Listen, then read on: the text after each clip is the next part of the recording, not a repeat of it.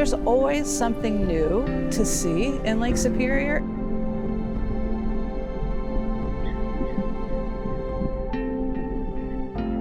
Just swimming at a new beach or going a little bit further down the beach in my training and seeing what's around that next corner.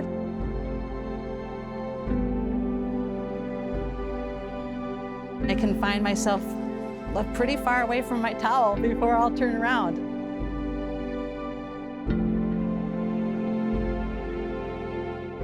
It's a resource and a wonder.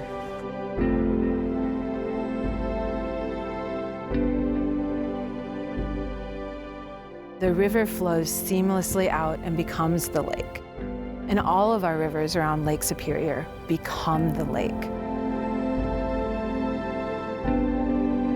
Gitchigami. The Fond du Lac people were known as Gitchigami Inini, the people of Lake Superior. There's a spirit in the lake. A lot of people feel that spirit. The Anishinaabe realize that as well.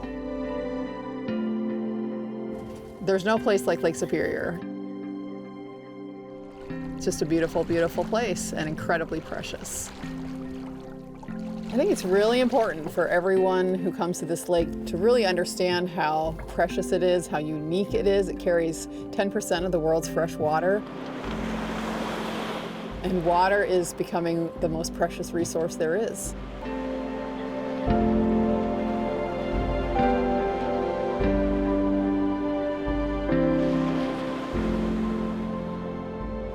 It's just so big and so cold and so pure, this huge pool of fresh water. It makes you pause and makes you think. It's just part of the soul of this region.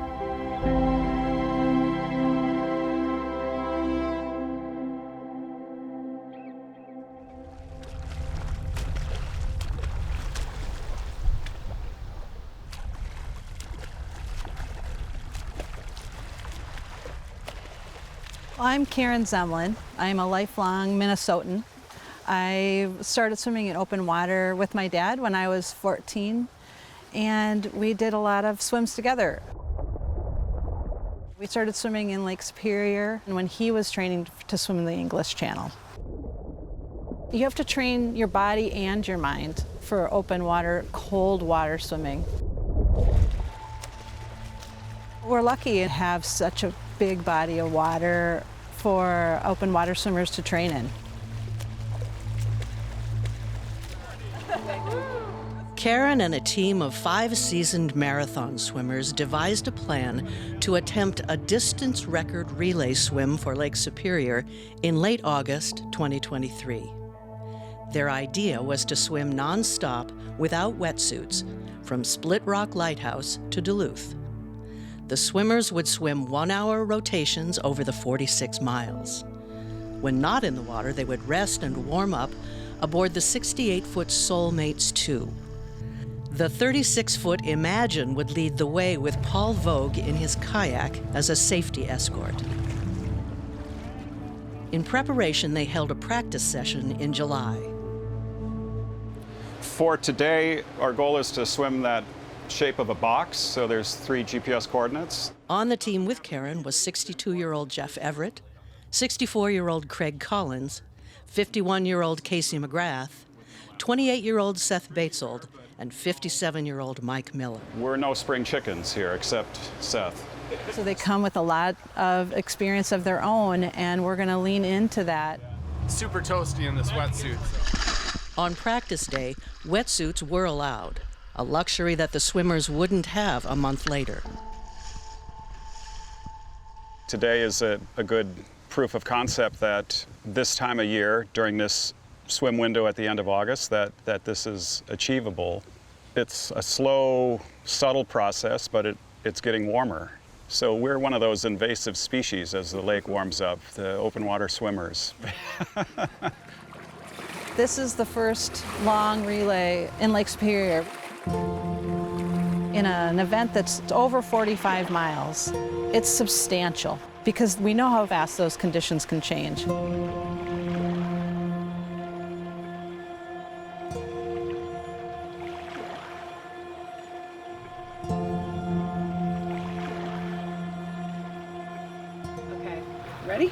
Sure am.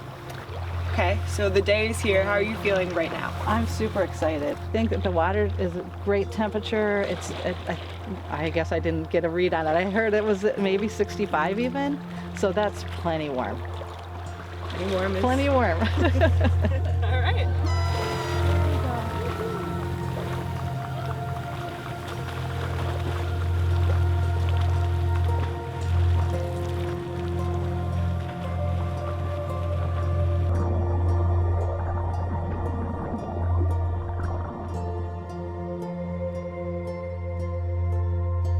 Any big body of water, you have to invite its cooperation sometimes, I think, because no matter what, it can win.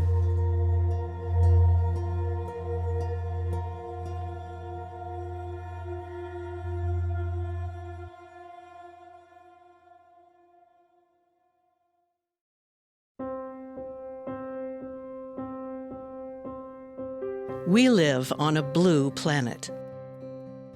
Though 97% of the Earth's water is salt water, making up the world's oceans, and it's not readily available for our use, only 3% is fresh water, and only a third of that water is accessible. Almost all of the rest is either frozen in glaciers or unreachable below ground. That makes surface fresh water such a precious resource. And among the world's freshwater lakes, Superior's very name suggests how extraordinary it is. It is the largest lake in the world by surface area. It contains 84% of North America's surface freshwater reserves. Lake Superior is the greatest of the Great Lakes. The Great Lakes watershed holds 20% of all the fresh surface water on the planet, and Lake Superior alone holds 10% of all the fresh surface water on the planet. It has enough volume or capacity to absorb the waters of all the other Great Lakes and still have room to spare. It's truly a superlative, globally significant water body. The fact that we here in the middle of North America, here in Duluth, Minnesota, can look out our windows and see ships which may have come from really anywhere on Earth is a really remarkable thing.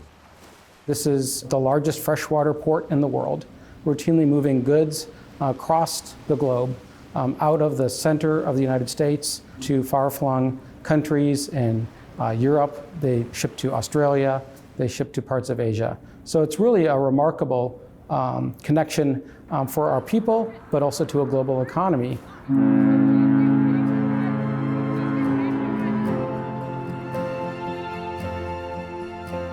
The thing about Lake Superior is it's just loaded with superlatives.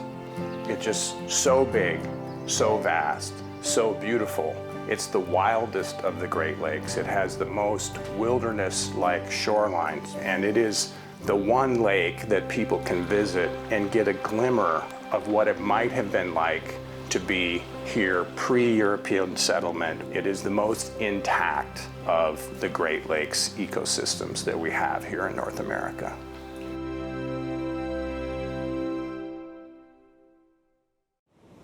In many ways, Superior is like an ocean.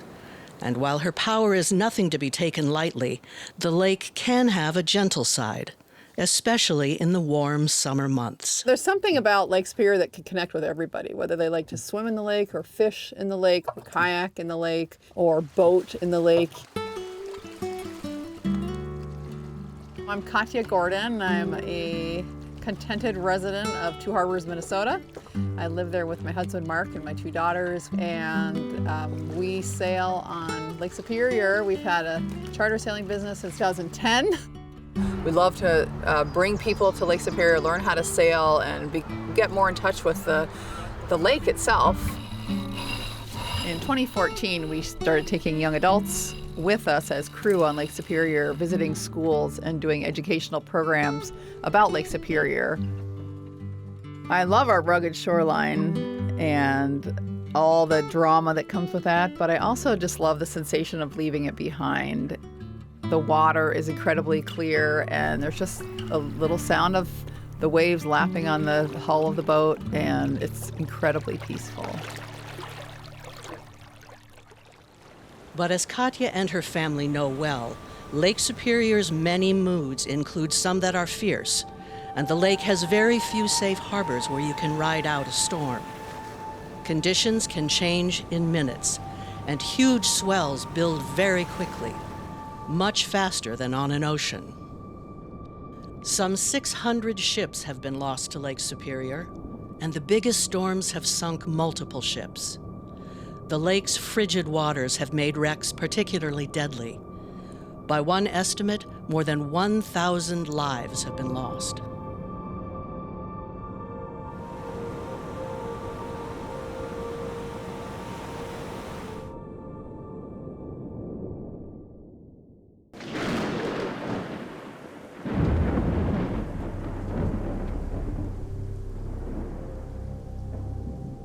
In Lake Superior, the great panther, the guardian of the copper at Isle Royale, has his lair underwater and is always associated with water.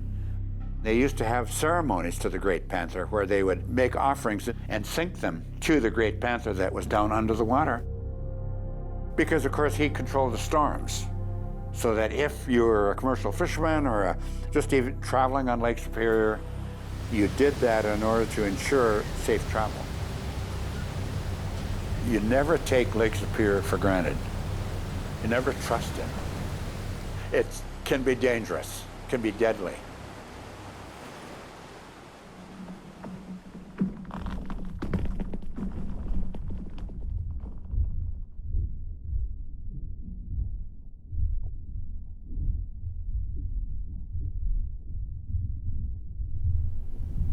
After hearing a little more stories about the Great Lakes, I always just thought it was really intriguing to think about that because I lived right next to Lake Superior. And any time that I was near it, you know, I felt the power and the energy of the lake itself. In my mind, Bishibiju is a protector of the water. Big giant cat, you know, sort of embodies that spirit. Given that it's a protector of the water, to me that sort of makes it a little noble. So even if it's presented in some stories as being kind of a menace, I see it as having its own story and its own reasoning. One of the themes in my work is that I like to look at these characters at a different perspective. And I want to frame the Bishibiju that it can be a parent, you know, to a cub.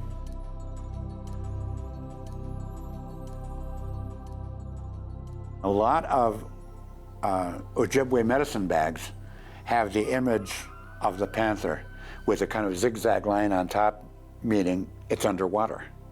And they show often two of them in two different colors. So one panther is evil and can poison you, can blow pestilence out of its mouth, kill you, but the other one has all kinds of knowledge that if you give him the right gifts and the right honor, he'll give you all kinds of wisdom.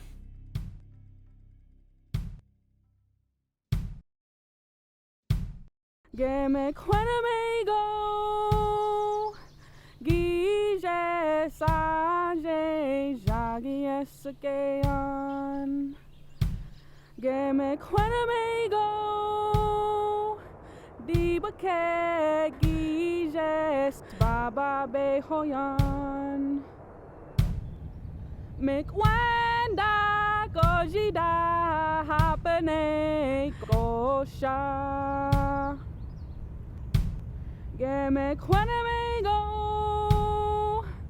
Gije saje jagi esagayon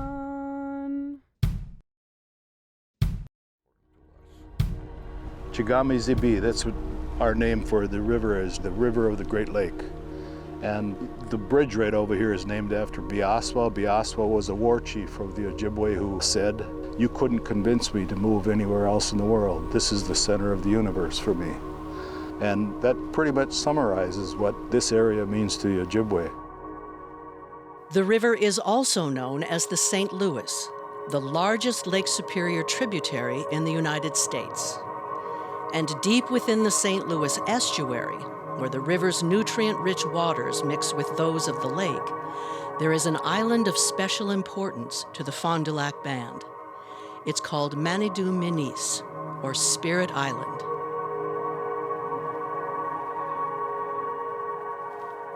It's like the heart of a larger entity, because it's not just about the island, it's about everything that comes out from that island. The spirituality, the caretaking of the environment, it's inseparable from each other. The water flows past it, the water, that's the lifeblood of Mother Earth and lifeblood of the human race, is that flowing water. It flows by the heart like that. It's going out into the greater world. All that water flows by that heart, the island, and goes out into Lake Superior and through the other lakes and out into the ocean again. That's one of the reasons too that island is so important. It isn't because it's just a piece of land, because it's a symbol and a center of a culture and a center of a world. And that's why it's important to us.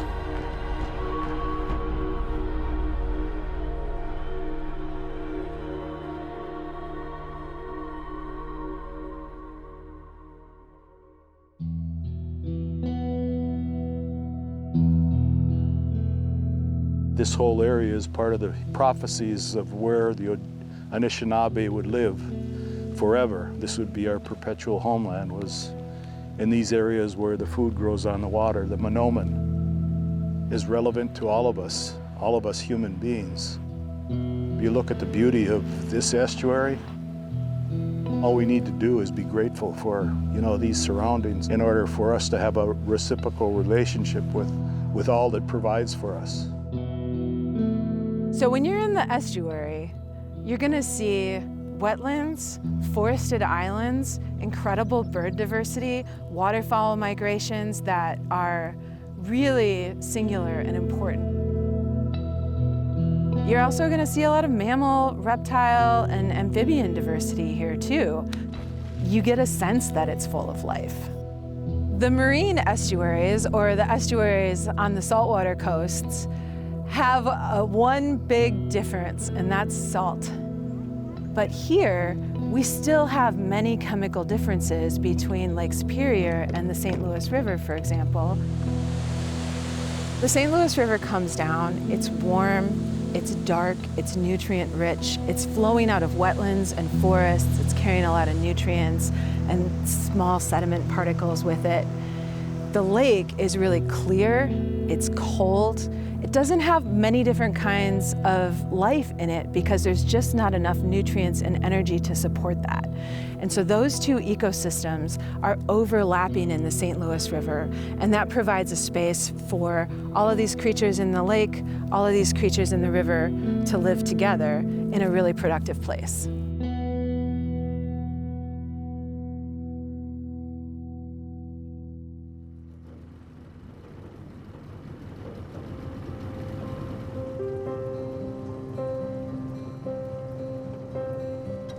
People ask me how I got into it or wanted to get into it, and I just say, there's some crazy Nordic genes running around this body, and I was always drawn to it. My name's Stephen Dahl. I commercial fish out of Knife River on Lake Superior. I've been doing this for 30 plus years.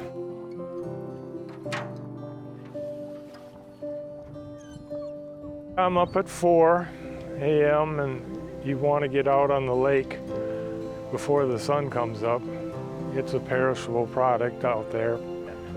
My herring net is about 1.5 miles out and 1.5 miles from the marina, give or take. The herring nets are semi-permanent. They're out there through the season.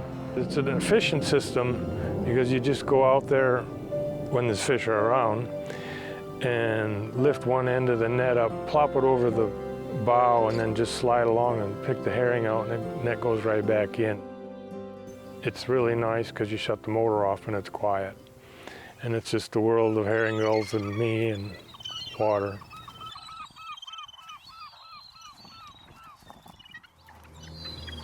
Knife River was and still is a commercial fishing town, and the rest of the town's up the shore, very much so. First people that got here, they would get a chunk of land and then they would normally go, there aren't many harbors at all, so they would build skids. And again, that's why it was a skiff fishery. They'd, just push a homemade wood boat off the shore. It's tough sometimes, but that's what they would do. We can lift those herring nets in pretty stiff northwest wind because it doesn't create a sea, it's just blowing off the shore. And the biggest thing is you always go with the wind when you lift a net, and it just shoots you right down the net. So when you get to the outside of the net and you're done, I never let go of that net until the motor started up. And everything sounds okay, and then I drop it. Because otherwise, if I have motor failure, I'm out in the middle of the lake in 2-3 minutes and I'm in trouble. I just heard a story. These guys, it hit and they couldn't row back into it. This is 1900 or 1920. They tied themselves into the boat because they knew they were doomed, but at least people could find them frozen to death. It actually really hasn't changed a lot. We're not Luddites, but there's really no other way to do it. There's not enough money in this system to warrant $500,000 boats. I want to be out, and it really is enjoyable to harvest a wild product. I don't know, it's just something that gets into you,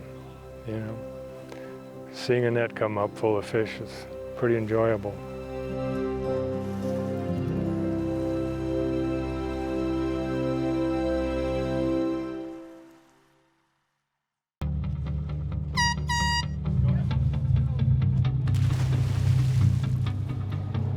All right. Welcome. That was good. Well done. Take my goggles off. Oh, so did everything go well? Yeah, 62, warming up to 64 recently. Yeah, no problem, you guys. If we could get a little sunshine, it'd be like being at the beach. If we get a little chop later, maybe it'll slow us down a little bit, but right now, this is like smooth sailing.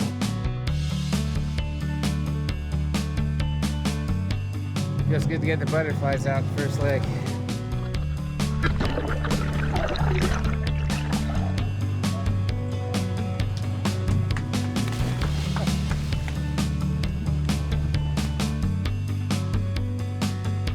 This is Soulmates, we're calling Imagine. Imagine, over. We are celebrating halfway by opening our candy bag. We welcome you to open yours and enjoy. Thank you. Congratulations, everyone. Oh, thank you. Halfway!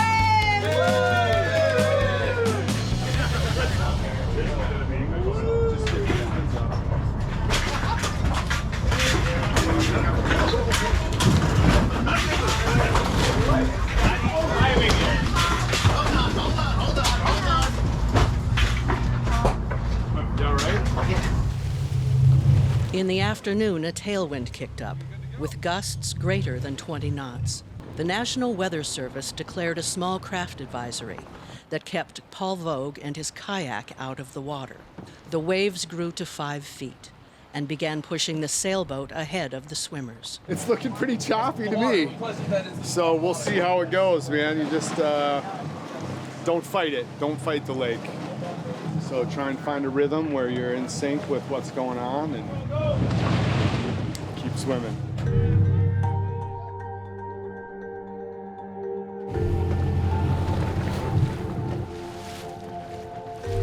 Might feel like I'm in a washing machine, but I don't feel uncomfortable.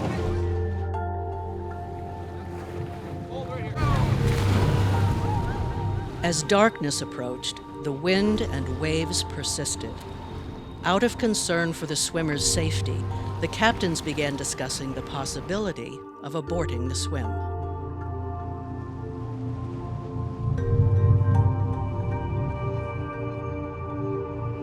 Just a black abyss that you look down to. You got to pay attention and see everything then. See the boat and make sure you don't run into anything. Neutral, you're good to go.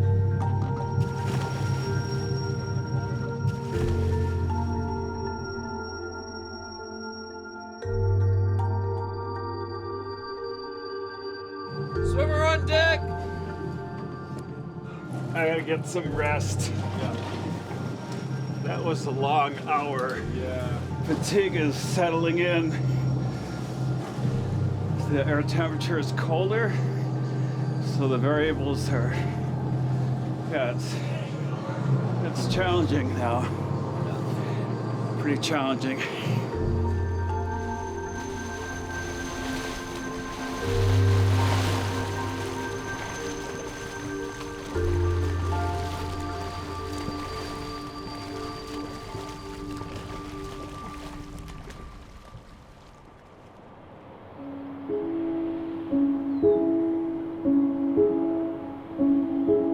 Lake Superior's unequaled legacy as famously frigid, clear, and clean does have a darker side. Though the lands surrounding the lake remain largely undeveloped and today have few sources of pollution, for 25 years, taconite tailings dumped into the lake by the Reserve Mining Processing Plant in Silver Bay, Minnesota, contaminated Superior's waters. Public opposition and a lawsuit halted the practice in 1980. Ballast water from ocean-going vessels introduced invasive species, such as the sea lamprey, which reduced native fish populations.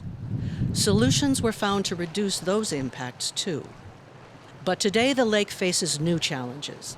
The increasing presence of microplastics, even on the most remote beaches, is one concern. Even greater are the multiple effects of our warming climate. Lake Superior is now one of the fastest warming of the world's largest lakes. Lake Superior is a remarkably cold lake compared to small lakes around it, but also Lake Superior is significantly colder than the other Great Lakes. It's actually a lot further north and sits in a much colder climate than the other Great Lakes. The other really important aspect is that it's just really deep. And so in the spring, when things are warming up, you have to warm up that entire bulk of the water, and it just takes a very long time. My name is Jay Austin. I'm a professor at the University of Minnesota Duluth.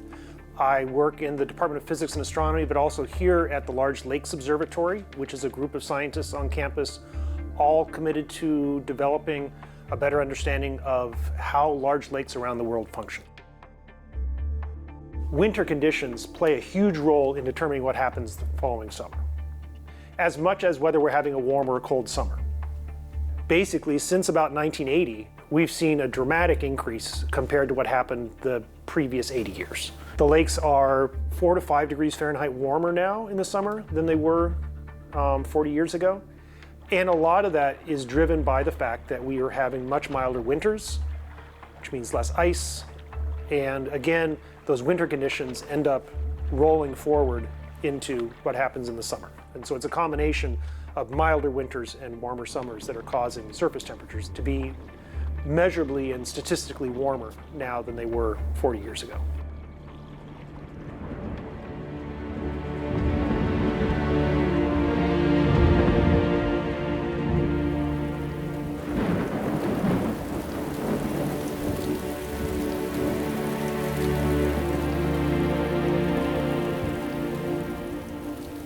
What we've seen under climate change is not only is the lake warming, but we're seeing an increase in large storm events. In 2012, we had a 500-year storm event in Duluth, Minnesota. Animals were swimming out of the zoo. You had photos of people in kayaks at ATM machines. It was just an extraordinary storm event that gutted the street system and broke different parts of the sewer system. It was a really extraordinary storm event. Then in 2016, just 4 years later, and 60 miles to the east along the south shore of Lake Superior, we have a 1,000-year storm event that strikes Ashland, Wisconsin. Blew out federal highways, blew out all sorts of culverts and bridges throughout the area. And then 2 years later, 2018, we have another 1,000-year storm event that hammers Ashland, Wisconsin again, and then stretches all the way to the Upper Peninsula of Michigan and pounds Houghton, Michigan, Hancock, Michigan.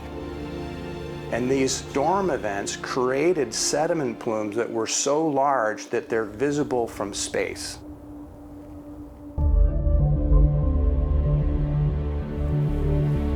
These are storms that are only supposed to happen every 500 years, only supposed to happen every 1,000 years because of their severity. And the south shore of Lake Superior had 3 of them in 6 years. We felt like we were seeing climate change right before our eyes.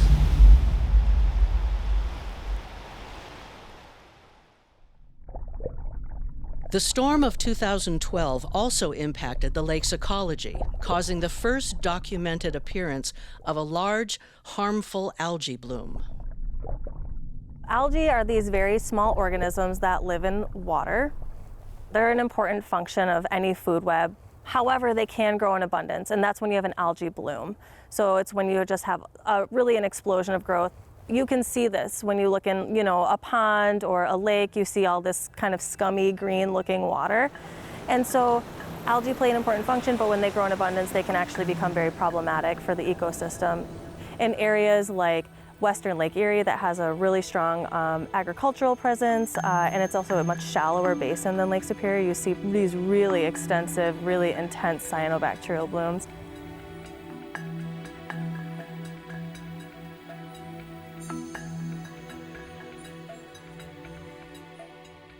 Lake Superior is not where you would typically see cyanobacterial blooms or algal blooms in general. Anybody who's gone and swimming in Lake Superior, even in the hottest months, knows it's still quite cold.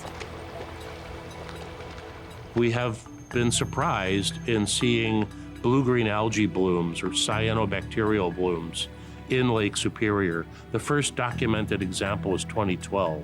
So following that storm, about 30 or so days afterwards, there was a massive algal bloom that appeared in the lake. And nobody really knew what to make of this. We thought, gosh, that's really crazy. It's kind of a one-off thing. But we weren't thinking this is a problem in Lake Superior. It was probably related to this crazy storm, and that shouldn't be happening again. And then in 2018, once again, we had one of these really, really large flood events, and then we had a cyanobacterial bloom that stretched hundreds and hundreds of meters along the shoreline and went more than a kilometer offshore. And so it seems that this is becoming a more prevalent thing. In years where we have blooms, no matter what the size are, there are warm temperatures for long periods, or essentially like a longer growing season. And in years where you also have these big flood events and more nutrients, that's when you get really big blooms.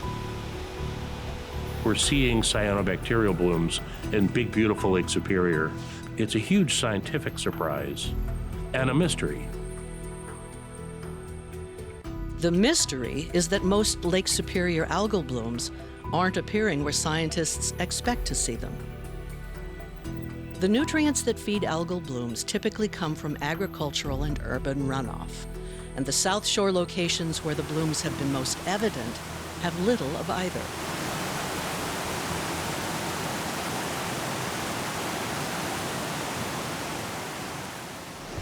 Solving the mystery of what's causing Lake Superior's algal blooms has become a priority for scientists with the Environmental Protection Agency.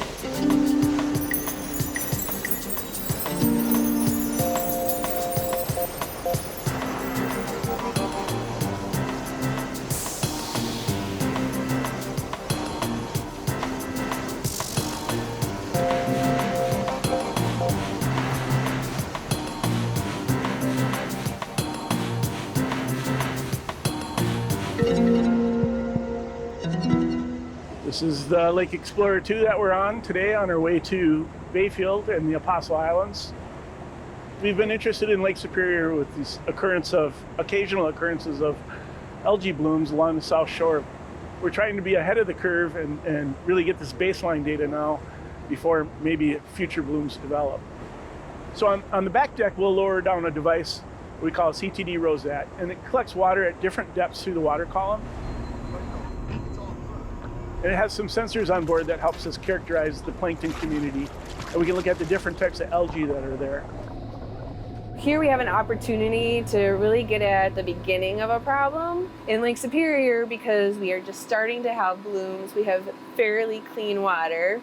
We can kind of look at what's changing along with the change in the frequency of blooms. So the initial hypothesis is it has to do something with rainfall coming off the landscape through the tributaries and out to Lake Superior. Whether it's bringing in the organisms off the landscape, cyanobacteria are all over, they're prevalent. So are these streams bringing those organisms into Lake Superior? Are they bringing in nutrients? Are they bringing in warmer waters? Because as the landscapes warm up, the water coming off of that also warms up. Which of these factors could that be?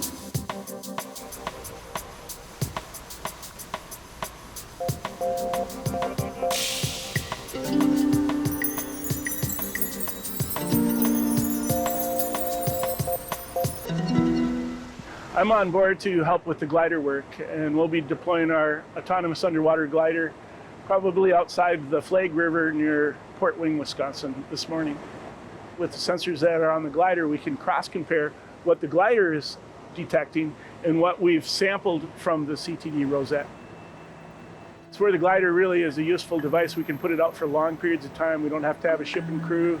We can come back at the end of the mission, pick the glider up, go through all the data that's been collected continuously while it's been out.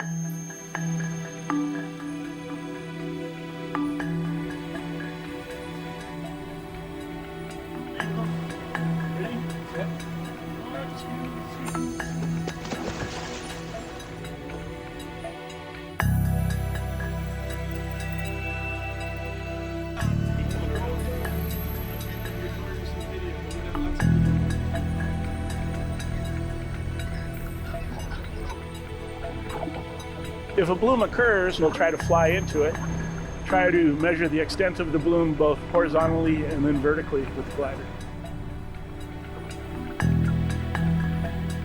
The glider collects data just about every second, so it's a huge amount of data that we're collecting in this area to help us better understand the conditions that might be leading up to these blooms when they do occur.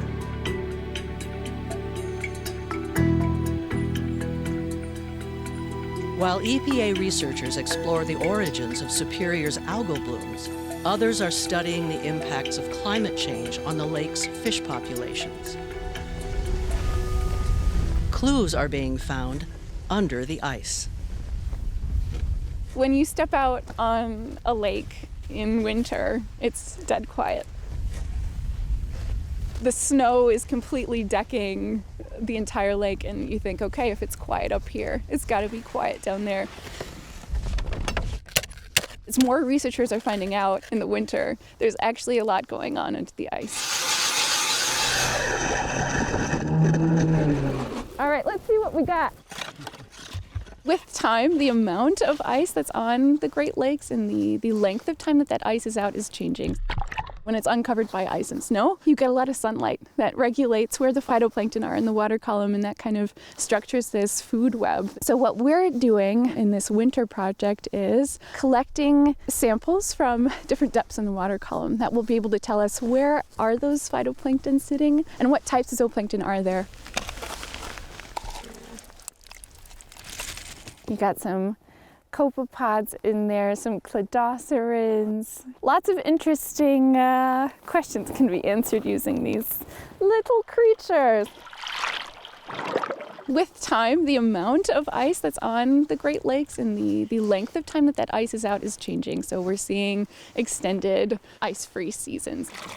That could mean big changes in biogeochemical cycling. When the ice is free, when the ice is off and that water is open, how does that change the physics of the lakes? How does that change mixing? That affects all aspects of the lake functioning.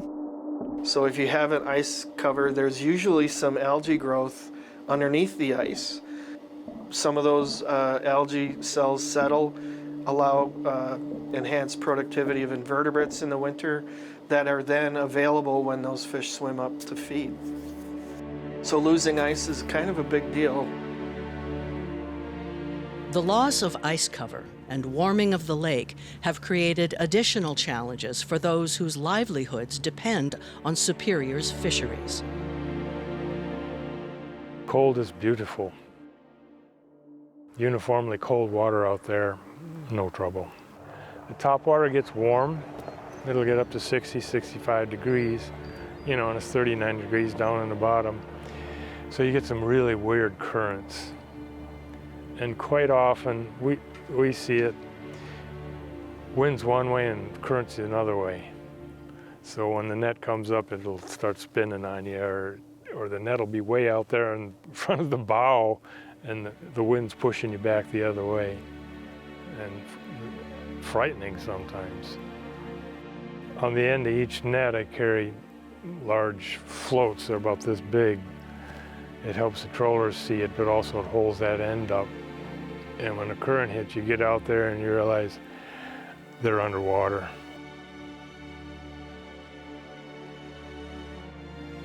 Say a little prayer, you stay there, net, hold on, go back home. And if it's been blowing northeast for, especially in July and August, when that top water is warm for a while, it's going to be 3 or 4 days before you can get it up. When the water's cold and uniformly cold, you don't get those problems. You don't get the currents.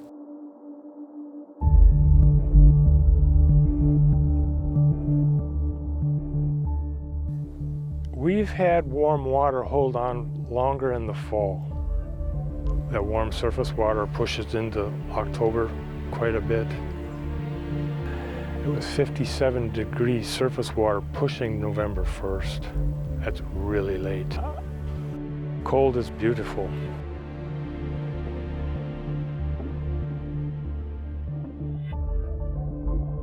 Lake Superior is unique among the Laurentian Great Lakes in that it's dominated by native species. Most of the other lakes are dominated by invasive species, prey species like alewife, rainbow smelt, huge populations of round goby, and they go along with other invasives like zebra mussels and quagga mussels. So those food webs are so altered by invasive species in the other lakes. The conditions in Lake Superior sort of preserve it. It's really cold, and not a lot of those invasive species can deal with the cold. So this cold water preserve that Lake Superior represents for native species seems to be changing.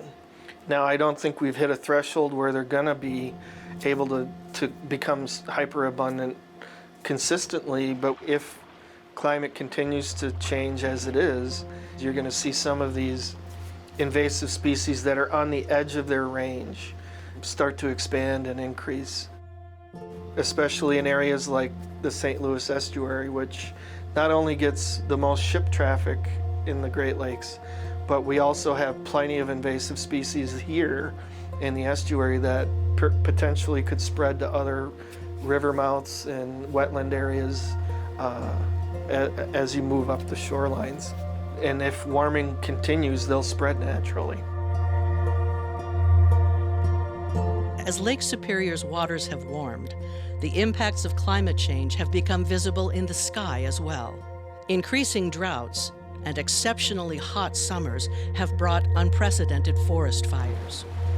The smoke-filled skies above Duluth inspired a new work by Jonathan Thunder. Uncle Harvey's mausoleum is a relic of industry. This story of a guy who wanted to outsmart the lake by putting a structure in the lake made quick work, of this structure, and this guy's business didn't really pan out after that. Summer of 2021, seeing some pretty serious climate change. Week after week of record-breaking heat waves, smoke coming from Canada. I just wanted to do a painting that talked about you know, how we're sort of swan diving into this new era. So the lake is melted ice cream in the painting. The lighthouse just seemed like a fun character to have playing that drum. The crane in the painting represents my wife's clan.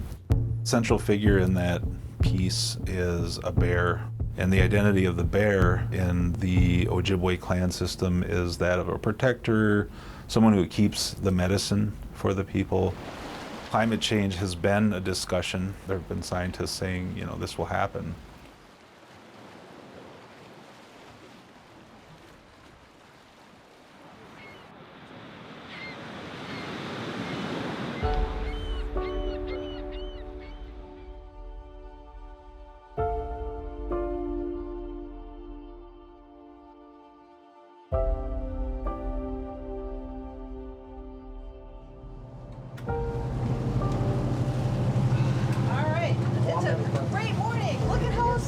The wind died down in the early morning hours, and the swimmers were able to continue through the night.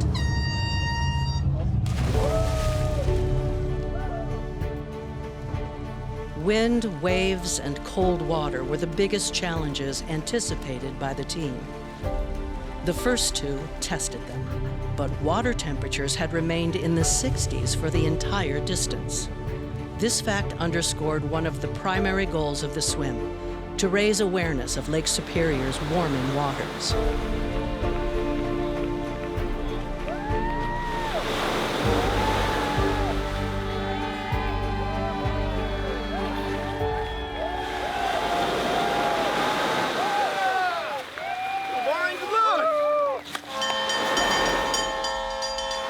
Way to go.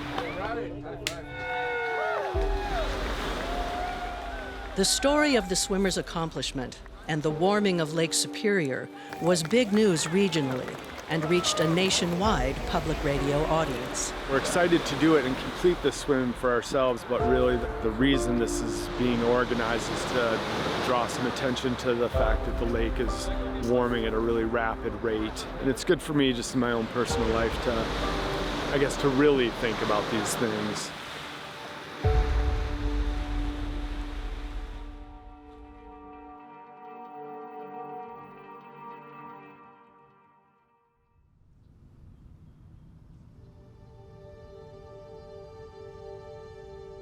We have to share the earth, but we should share it in a reciprocal way where we respect one another and respect all of the gifts of God's creation.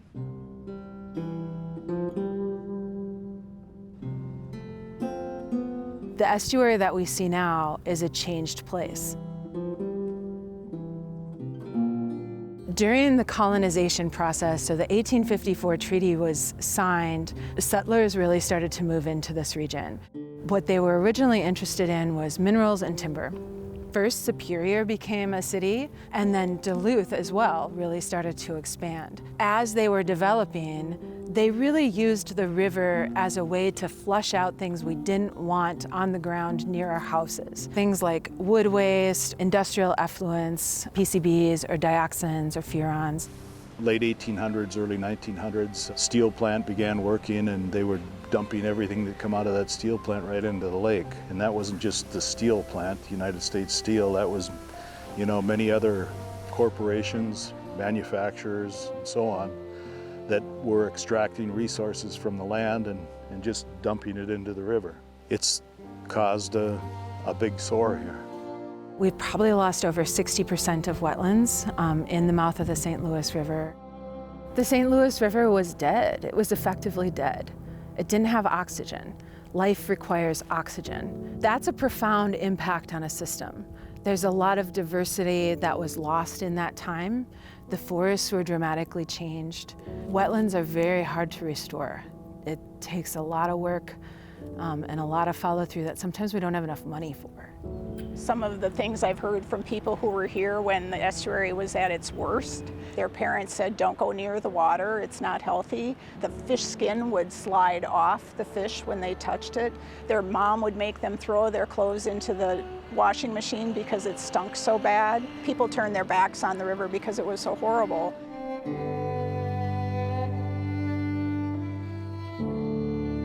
By By the 1970s, stronger protections for the environment emerged as a national concern.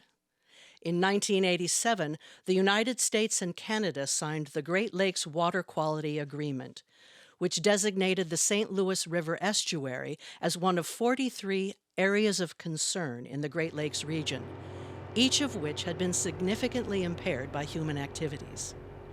With the help of many citizens, several local, state, federal, and tribal organizations began a huge restoration and remediation effort. The states and the federal government worked through the Great Lakes Water Quality Agreement to list the most polluted, most degraded areas on the Great Lakes. We apply different sorts of remedies depending upon what the problem is. So in the slips where we want to maintain uses for shipping, we've kept the contaminants to a certain footprint and then applied caps to them. That way the contaminants cannot move up through the food chain. In some areas, we will take all the contaminated sediments out. The third type of remedy that we apply is putting in pelletized activated carbon amendments, specifically targeting dioxin and furan contamination, so we know it works for that contaminant. Around the turn of the century, we had very active sawmills here that left sawdust and slabwood in the river, completely choking out the habitats. So we've had projects that actually address removing that milling waste and restoring the sheltered bays and the coastal wetlands that were there before. We know anecdotally that the St. Louis River was once just filled with wild rice. It was an ideal habitat. Our goal is to work towards 275 acres for the area of concern, but we see wild rice restoration as an enduring effort in the St. Louis River. No matter where people live, whether they're inland or whether they live on the lakeshore, their drainage is getting to the lakes. In urban areas, water from people's yards flows through the storm drain system and into the estuary and lake without being treated. During the winter, reducing the amount of salt on sidewalks and driveways helps reduce runoff pollution. In Duluth, Superior, and North Shore communities, you can adopt your storm drain, pledging to keep it free of pollutants and debris.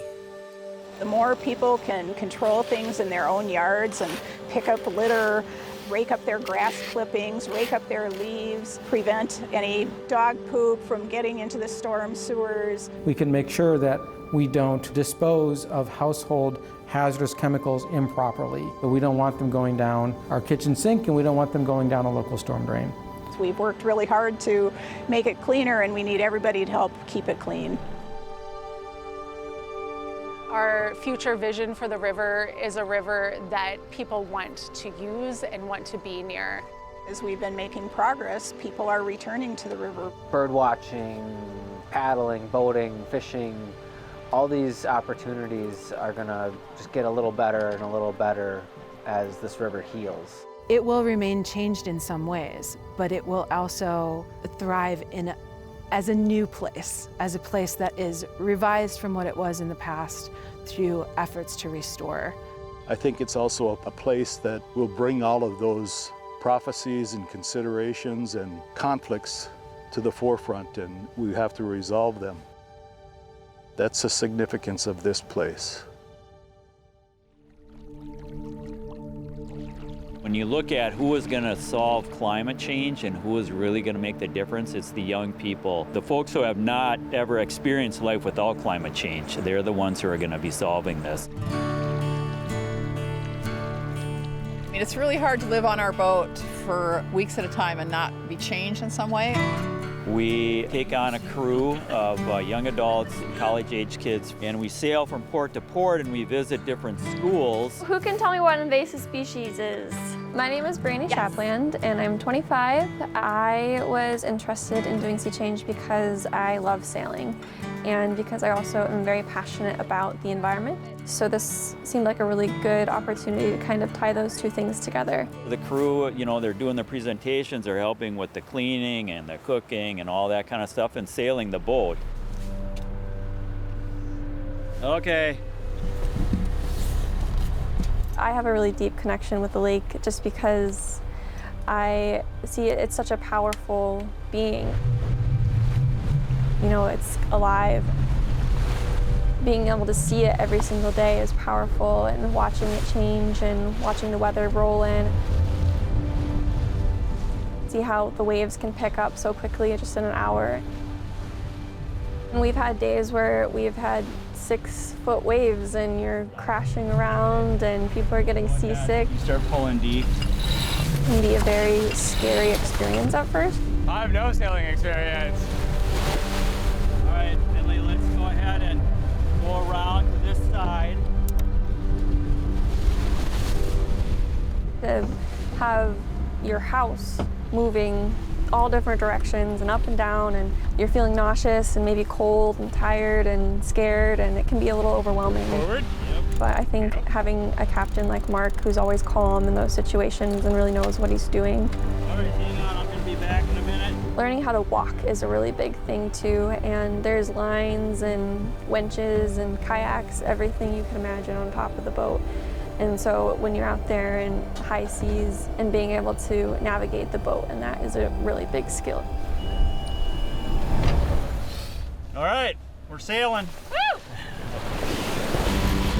Having that connection and that closeness, one with the crew and then two with the students, was really powerful. Thank you all for listening. We work mainly with 5th and 6th graders and do a lot of education on how climate change, plastic pollution, and aquatic invasive species are affecting Lake Superior.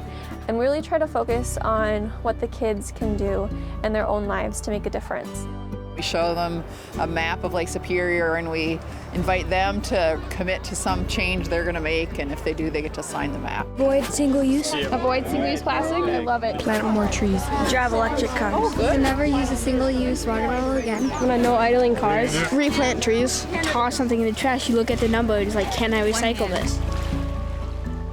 Try not to make it too scary because climate change can be a very scary subject for a lot of students, for a lot of young people. One way we help them to talk about it in a really fun way is to get them on the local radio stations. Each group will either be working on plastics, invasives, or climate change. You write down who's going to say what here, and then when you're ready, we bring a recorder in and we record it, and then we will send it to the radio station at the Two Harbors Community Radio, and they play them just at odd moments during their day on the radio, and they love doing this. Hello, our names are Lila, Dominic, Daxton, Laura, and Gino. and today we're going to talk about the climate change on Lake Superior. We record them doing little 2-minute snippets. Fires, floods, and drought, as well as invasive species and warmer temperatures, are taking their toll on the forests, and it shows. Wow. Do you think that's good? I think that was great. We record those as podcasts and send them to the Two Harbors Community Radio Station, where they play them throughout the summer. Thanks for listening. This is Lila, Dominic, Daxton, Laura, and Gino. from the North Shore Community School. Till next time! I really hope that people can fall in love with Lake Superior and use it as a way to inspire them to do something about climate change.